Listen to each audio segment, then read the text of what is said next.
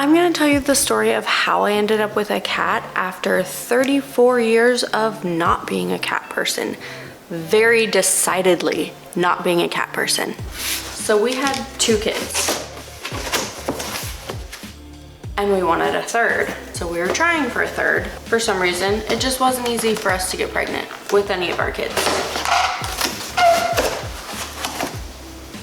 So one day, I was hoping I was pregnant.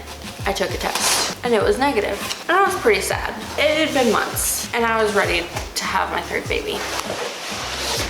So my kids and I go to the pet store. They walk by the glass where they're adopting cats and we see a cat. And for some reason, they ask for the cat like they normally do. And I'm like, maybe we get a cat, which literally has never crossed my mind. But that day it did. So someone else was at the store and they were like, we're getting that cat. And we're like, okay, it's not meant to be. So I leave. But for some reason, I call the store back because I'm thinking about this cat. And I just see if it actually went through, if they actually got the cat. They didn't. He was still there.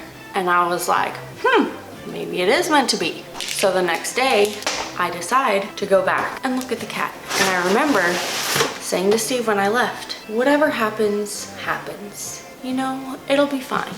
I came back with a cat, which is why this is my best friend and it will be yours too.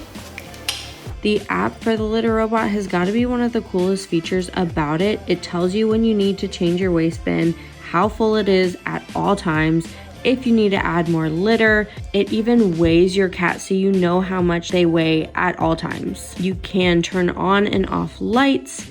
It is just so customizable and one of the coolest features about it.